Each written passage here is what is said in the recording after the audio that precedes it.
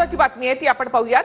तर 11 बुलेटची पैज लावणाऱ्या पाटील भावंडांनी बुलेटची बुकिंग केली आहे। धैर्यशील मोहिते पाटील माढ्यामधून तुतारीवर निवडून येणार यासाठी योगेश पाटील आणि निलेश पाटील यांनी पैज लावली होती।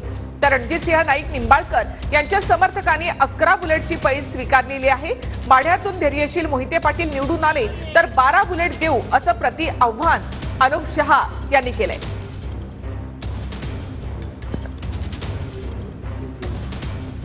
कुर्रवाडीतल्या शोरूम मध्ये आम्ही पैसे भरतोय आणि पहिल्यांदाच आम्ही शर्यत लावताना सांगितलं होतं चव्हाण मोटर्स कुर्रवाडी हेतच शर्यत लागणार आहे।